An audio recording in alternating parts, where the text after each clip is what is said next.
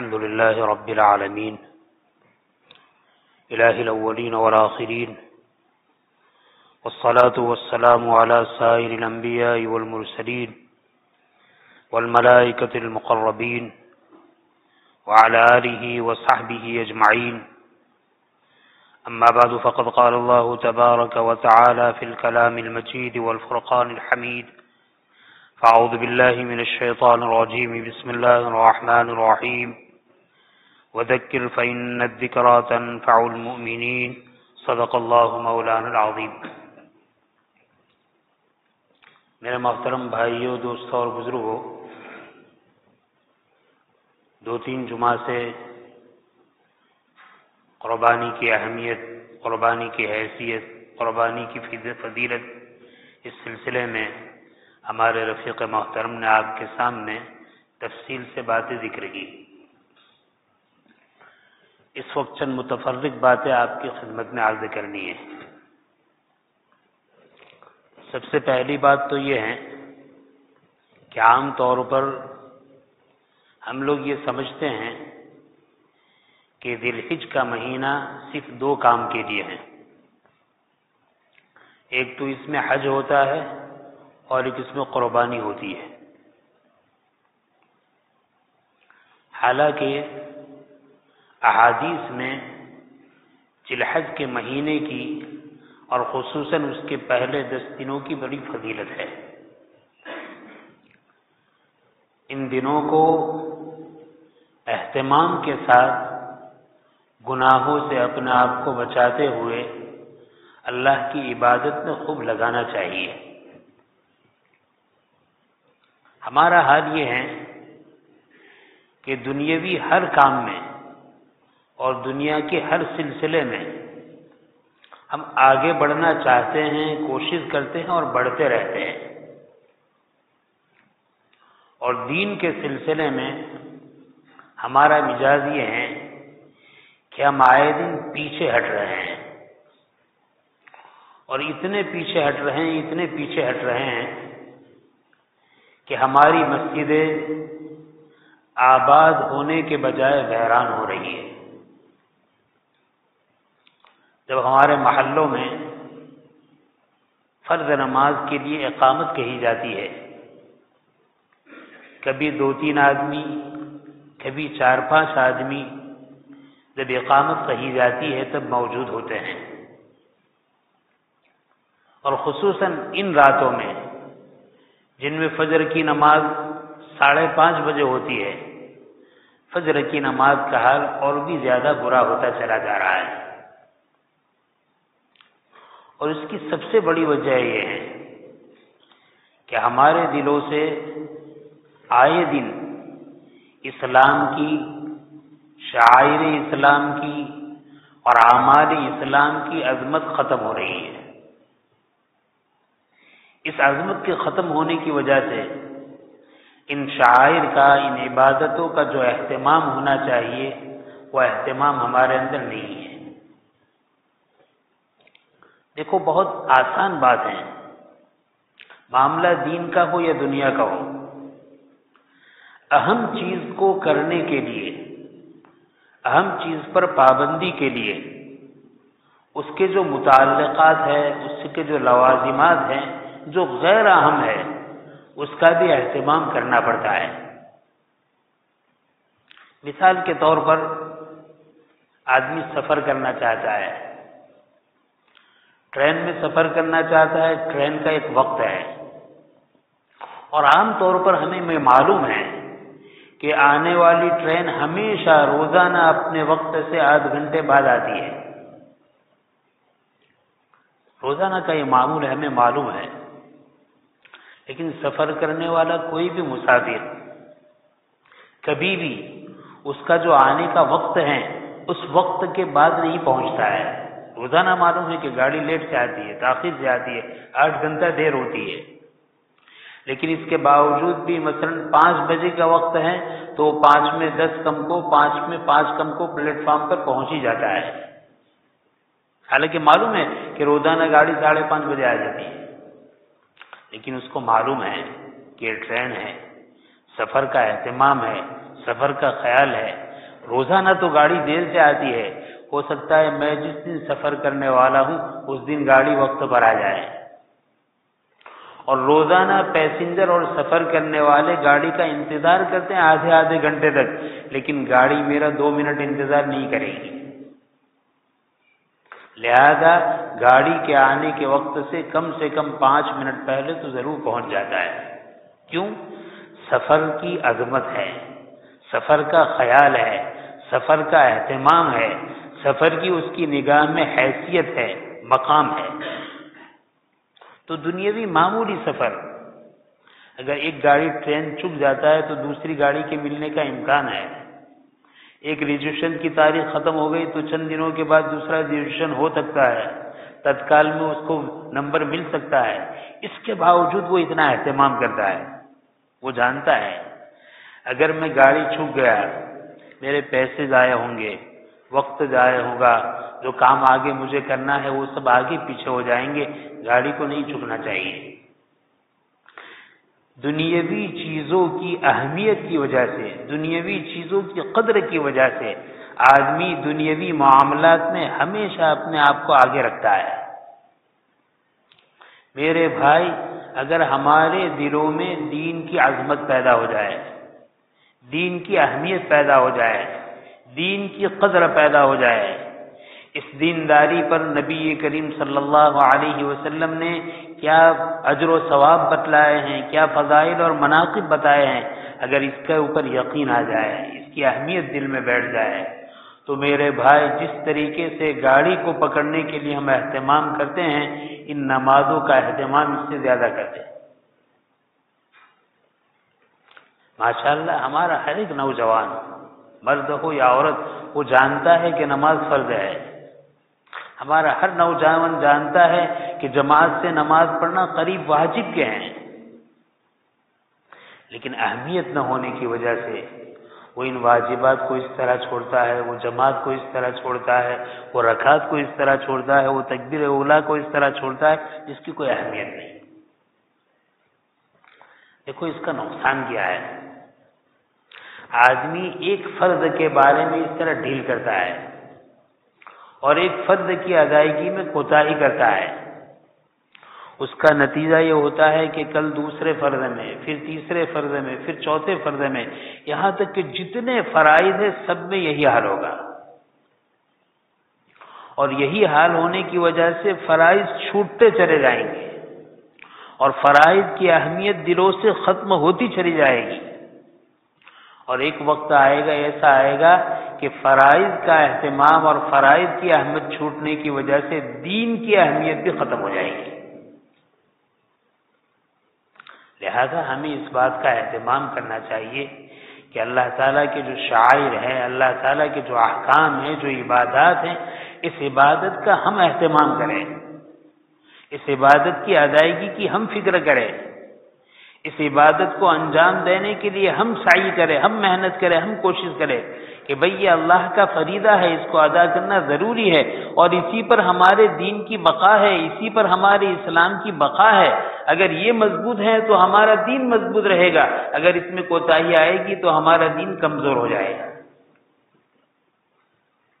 تو میرے عزیز بھائیوں، اس مبارک مہینے میں ہمارا یہ تو تصور ہے کہ 2 عبادت ہے، حج اور قربانی، انکار نہیں، اہم عبادت 2 ہے، لیکن آنے والے جو ایام ہیں اس کی فضیلت کا، اس کی قدر و قیمت کا تقاضا یہ ہے کہ ہر دن کی اور ہر رات کی قدر کریں۔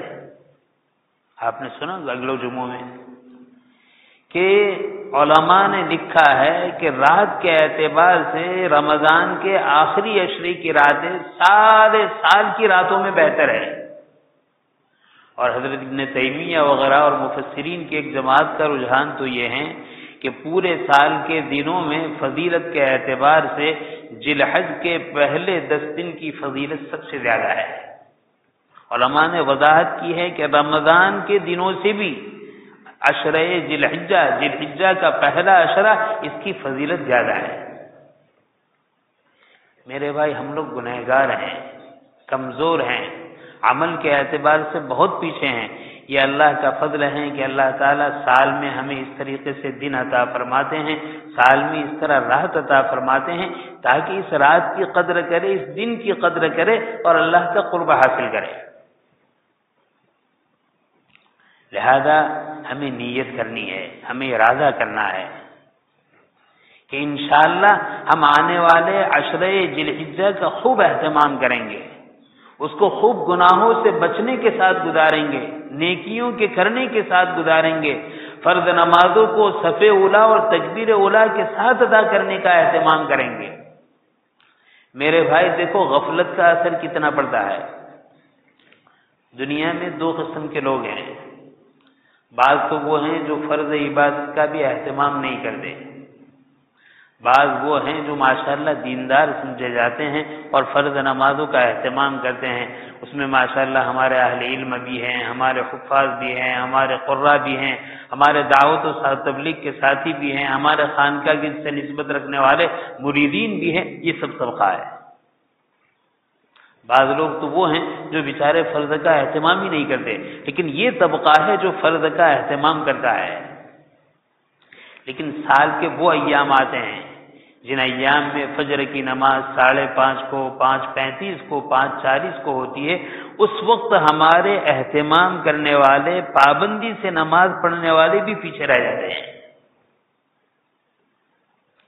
یہ غفلت بہت بری چیز ہے۔ آج اگر ان دنوں میں، جن دنوں میں فجر کی نماز جلدی ہوتی ہے، ہم نے اگر کوتاہی کی، ہم نے اگر اس طریقے سے ڈھیل کی، تو اس کا نتیجہ یہ ہوگا کہ جن دنوں میں فجر کی نماز 6 بجے ہو رہی ہے، 6:30 بجے ہو رہی ہے، کوتاہی بڑھتی چلی جائے گی اور بڑھ کر یہاں تک پہنچ جائے گی کہ جس طرح اس وقت ہماری تکبیر اولیٰ چھوٹتی ہے، کبھی ہماری پہلی رکعت چھوٹتی ہے، کبھی دونوں رکعت چھوٹ جاتی ہے، کبھی پوری جماعت چھوٹ جاتی ہے، میرے بھائیوں پھر پورا سال اس طرح گزرے گا کہ نہ تکبیر اولیٰ کا اہتمام رہے گا، نہ صف اولیٰ کا اہتمام رہے گا، نہ پہلی رکعت کا اہتمام رہے گا، نہ دوسری رکعت کا اہتمام رہے گا، نہ جماعت کا اہتمام رہے گا، نماز چھوٹتی چلی جائے گی۔ اور نماز ہے نہ نماز، یہ معیار ہے۔ زندگی کے اندر جتنے بھی فرائض ہیں اور جتنے بھی اعمال ہیں، اس اعمال میں آدمی مضبوط ہے یا نہیں؟ مثلا عبادت ہیں، معاشرت ہیں، معاملات ہیں، اخلاق ہیں، ان سارے شعبوں کا دین کیسا ہے، اس کو معلوم کرنے کے لیے نماز ہے۔ اگر آدمی نماز کا پابند ہے، نماز کا اہتمام ہے، تو انشاءاللہ اس کا اثر ساری زندگی پر پڑتا ہے، ساری زندگی کے اعمال پر پڑتا ہے۔ اور اگر میرے بھائی نماز میں کمی اور کوتاہی ہوتی ہے تو دوسرے اعمال کی کوئی گارنٹی نہیں، کوئی ذمہ داری نہیں کہ وہ دوسرے اعمال کو بھی اچھی طرح کرتا ہے۔ لہذا بابرکت ایام میں اگر نماز میں کوتاہیاں ہو رہی ہیں، شیطان کا زور چل رہا ہے اور ہم ڈھیلے پڑ رہے ہیں، مطلب یہ ہے کہ زندگی کے سارے شعبوں میں اور دین کے سارے احکام پر عمل کرنے میں ہم پیچھے ہٹ رہے ہیں۔ اور ایسا کیوں ہوتا ہے؟ کیوں فجر کی نماز کا اور نمازوں کا، تکبیر اولیٰ کا اہتمام نہیں ہوتا؟ ہم نے اپنے آپ کو غفلت میں ڈال دیا ہے۔ آدمی رات کو جلدی سوتا ہے تو جلدی اٹھتا ہے، فجر کی نماز ادا کرنے کے لیے آدمی کو 5 بجے اٹھنا ہے۔ اب نوجوان ہے، 6 گھنٹے اس کو نیند چاہیے، رات کو 12 بجے بھی سوئے گا تو صبح 5 بجے اٹھنا مشکل ہوگا۔ 11 بجے سوئے گا تو ہو سکتا ہے کہ وہ 5 بجے اٹھ جائے۔ لیکن ہمارا حال یہ ہے کہ ہم نے سب سے تعلق ختم کر کے موبائل کو اپنا ساتھی بنا لیا ہے، اور موبائل میں ہم ایسے مشغول ہیں، ایسے مبتلا ہے، عوام، خواص، نوجوان، بوڑھا، بچہ، مرد، عورت، بھائی، بہن، سب اس میں اس طریقے سے مبتلا ہے، ایک طرح مبتلا ہے کہ رات کو 12 بجتے ہیں، 1 بجتا ہے، 2 بجتا ہے، ہمیں پتہ نہیں چلتا۔ اس سے تو کوئی بحث نہیں کہ ہم کیا دیکھ رہے ہیں۔ دیکھو سنو، آپ ایک آدمی موبائل پر صرف بیانات سن رہا ہے، قرآن کریم کی تلاوت سن رہا ہے، اور اس کی وجہ سے 12 بج گئے، 11 بج گئے، صرف قرآن کریم کی تلاوت ہے، اور اسی طریقے سے علماء کرام کے دینی بیانات ہیں، دینی پروگرام ہے، وہ اس کو سن رہا ہے، اور 12 بج گئے، اور 12 بجنے کی وجہ سے صبح کو جو روزانہ فجر کی جماعت سے ہوتی تھی، اس 12 بجنے کی وجہ سے اس کی جماعت چلی گئی۔ مشغولی کیا ہے؟ قرآن کریم کو سننا، وعظ و نصیحت کو سننا، درس قرآن اور درس حدیث کو سننا، دینی باتوں کو سننا، یہ اس کی مشغولی ہے۔ لیکن اس مشغولی کی وجہ سے اس کی فجر کی جماعت قضا ہو گئی۔ علماء فرماتے ہیں رات کی ایسی مشغولی اس کے لیے جائز نہیں ہے، جس سے جماعت چھوٹے، نماز قضا ہو جائے تو وہ بہت بڑی بات ہے، جس سے جماعت جو سنت مؤکدہ ہے، واجب کے قریب ہیں، بعض فقہا نے اس کو واجب لکھا ہے، اگر وہ چھوٹ رہی ہے تو ایسے کام کی وجہ سے چھوٹ رہی ہے کہ جو مشغولی دین کی ہے، خالص دین ہے، ایسی دین کی مجلس کی شرکت، ایسا دینی پروگرام، اس میں بھی شرکت جائز نہیں۔ اب ذرا سوچئے کہ ہماری جو رات کی مشغولی ہے موبائل کی، وہ کسی ہے؟ تلاوت کی ہے، ذکر و اذکار کی ہیں، درس قرآن درس حدیث کی ہیں۔ ہماری مشغولی تو اللہ ہی معاف فرمائے، کسی کو کہنے کی ضرورت نہیں، ہر ایک اپنے اعتبار سے اپنے آپ کو جانتا ہے کہ میں رات کو موبائل میں کس چیز میں مشغول ہوتا ہوں۔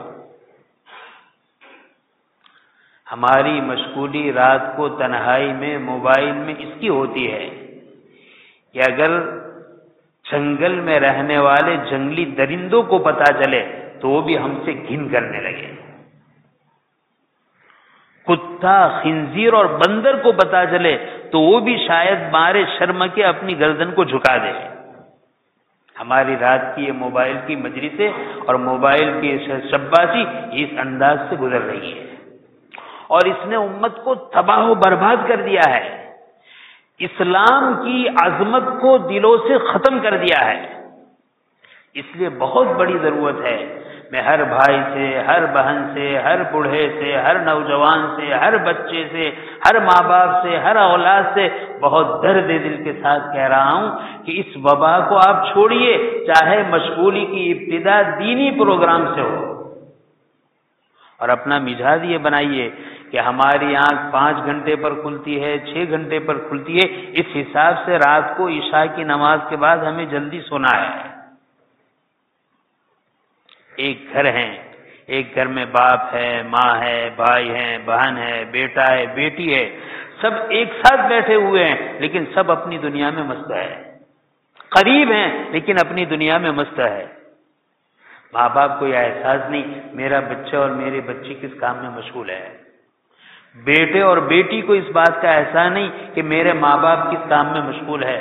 شوہر عورت کی ذات سے، عورت شوہر کی ذات سے بالکل بے نیاز ہو چکا ہے۔ میرے بھائی یہ ایسی تباہی ہے کہ اگر اس تباہی کی طرف ہم نے توجہ نہیں کی تو آئندہ اس کا کوئی حل نہیں ہے سوائے بربادی اور تباہی کے۔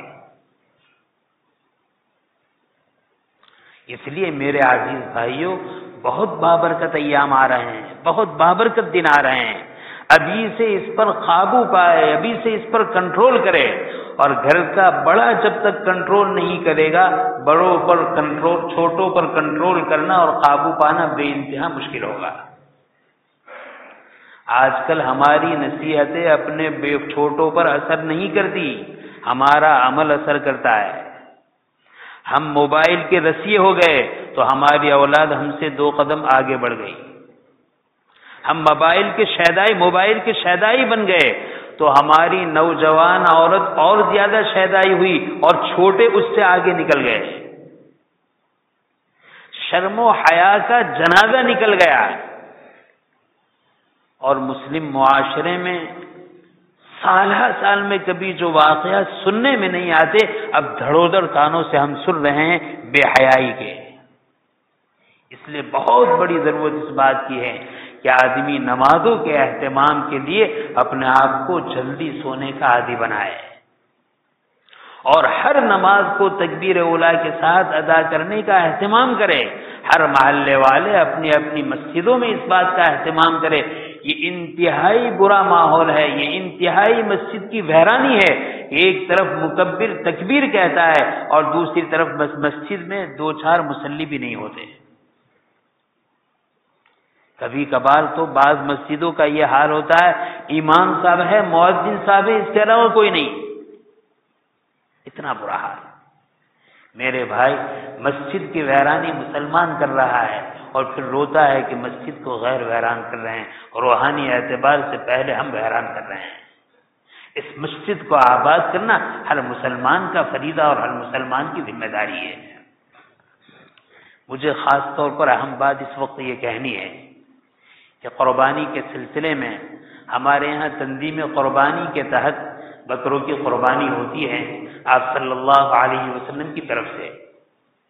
دیکھو، ہم شریعت کے پہلے مکلف ہیں، آج تک ایک سلسلہ چلا رہا ہے، لوگ پیسے جمع کراتے ہیں، ایک آدمی کو وکیل بناتے ہیں، وہ اپنی طرف سے قربانی کرتا ہے۔ تو صاف بات ہے، جس آدمی کو آپ نے وکیل بنایا، قربانی تو اسی کی طرف سے ہوئی، آپ کی طرف سے نہیں ہوئی۔ ہاں، آپ نے جو پیسے دیے ہیں، پیسے دینے کا ثواب ملے گا۔ میں بہت صاف آپ سے عرض کرتا ہوں، ہمارے وہ بھائی جو مالدار ہیں اور ایسے مالدار ہیں کہ اپنی طرف سے، اپنی عورت کی طرف سے، اپنے بالغ اولاد کی طرف سے، اپنے مرحوم ماں باپ کی طرف سے، اپنے مرحوم رشتہ داروں کی طرف سے وہ ایک ایک بکرا ذبح کرنے کی اور قربانی کرنے کی استطاعت رکھتا ہے، مالداری رکھتا ہے۔ میں ان تمام بھائیوں سے کہوں گا کہ آپ اپنے گھر میں بکروں کا اس طرح انتظام کریں، ایک بکرا واجب اپنی طرف سے ہو، ایک بکرا اپنی بیوی کی طرف سے ہو، آپ کے جتنے اولاد بالغ ہیں اور ان پر قربانی واجب ہے سب کی طرف سے ہو، اور ایک بکرا نبی کریم صلی اللہ علیہ وسلم کی طرف سے ہو۔ بلکہ اللہ نے تم کو بھی خوب دیا ہے، تمہاری بیوی کو بھی خوب دیا ہے، تمہاری اولاد کو بھی خوب دیا ہے، تو ہر ایک یہ کوشش کرے کہ ہم اپنی طرف سے دو دو بکروں کی قربانی کریں گے، ایک اپنی واجب قربانی اور ایک نبی کریم صلی اللہ علیہ وسلم کی طرف سے نفلی قربانی۔ دیکھو، میں بارہا کہتا ہوں، اللہ کے خزانے سے ہم نے ابھی لینا سیکھا نہیں ہے۔ اسی لیے کیا ہوتا ہے، وہ مالدار جو عافیت کے ساتھ اپنی طرف سے ایک بکرے کی قربانی کر سکتا ہے، وہ کٹروں میں اور پاڑوں میں اور بھینس میں اور ایسے جانوروں میں اپنا حصہ لکھا دیتا ہے اور بوجھ چھوڑ دیتا ہے۔ یہ اچھی بات نہیں ہے۔ بڑے جانوروں میں جس کی اجازت ہے حکومت کی طرف سے، ایسے بڑے جانوروں میں تو قربانی کی سعادت وہ حاصل کرے جن پر قربانی واجب نہیں ہے، اور وہ اس فضیلت کو حاصل کرنا چاہتا ہے، وہ اس میں ایک حصہ لگا دے۔ لیکن اللہ نے جن کو مالداری عطا فرمائی ہے، جن کو دولت عطا فرمائی ہے، وہ اس میں نہ پڑے، وہ تو اس بات کا اہتمام کرے کہ ہمیں قربانی کرنی ہے، اور ایک ایک گھر میں اس طریقے سے اگر تیار ہو جائے کہ ہم تنظیم قربانی کو اپنی طرف سے ایک بکرا، دو بکرا، 3 بکرے دیں گے۔ دیکھو، اللہ کی طرف سے مہمانی ہے، اور ماشاءاللہ ہم سب کے آنکھوں کے سامنے ہے کہ گزشتہ سالوں میں تنظیم قربانی کے تحت بہت بہترین نظام چل رہا ہے، اور بہت سارے بکروں کی تعداد جمع ہوتی ہے، اور گاؤں میں جتنے مسلمان بھائی ہیں جو قربانی کی استطاعت نہیں رکھتے، الحمدللہ ان کے گھروں میں ایک معتدل مقدار میں، اچھی خاصی مقدار میں گوشت پہنچ رہا ہے۔ اس میں آگے بڑھے اور آگے بڑھ کر اپنے آپ کو پیش کرے۔ میں تو کہتا ہوں الحمدللہ اہل لاجپور کو جو یہاں پر ہیں، اللہ نے ان کو اتنا دیا ہے کہ وہ اگر اس بات کا ارادہ کر لے تو گزشتہ سال جتنے بکرے ہوئے اس سے 1.5 بکرے ہو سکتے ہیں، بعید نہیں ہے۔ ذرا ہمت کرنے کی ضرورت ہے، ذرا ارادہ کرنے کی ضرورت ہے۔ اللہ تعالیٰ شان ہمیں توفیق نصیب فرمائے۔ میں اپنے بھائیوں سے بہت محبت سے عرض کروں گا، جمعہ کا یہ ماحول، اس میں تبدیلی کی ضرورت ہے۔ جمعہ کی پہلی اذان کے ساتھ ہمارے بھائیوں کو سارے کام کاج چھوڑ کر مسجد کی طرف آنا یہ واجب ہے، لہذا اس واجب میں بہت کوتاہی ہو رہی ہے۔ جب نماز پوری ہوتی ہے تو پوری مسجد بھر جاتی ہے اور ابھی مسجدیں خالی ہیں۔ میرے بھائی، یہ اچھی چیز نہیں ہے۔ یہ واجب کو کثرت سے چھوڑنا اللہ تعالیٰ کی عذاب کو دعوت دینا ہے، اللہ تعالیٰ کے غصے کو دعوت دینا ہے، یہ اچھی چیز نہیں ہے، اس کا بھی اہتمام کریں۔ اور پھر عرض کروں گا، نماز سے پہلے کی جو سنتیں ہیں، نماز کے بعد کی جو سنتیں ہیں، اس کا بھی اہتمام کریں۔ حق تعالی شانہ نے جو باتیں کہلوائی، حق تعالی عمل کی توفیق نصیب فرمائے۔ سارے حضرات سنتیں پڑھ لیں۔ آمین۔ وآخر دعوانا الحمدللہ۔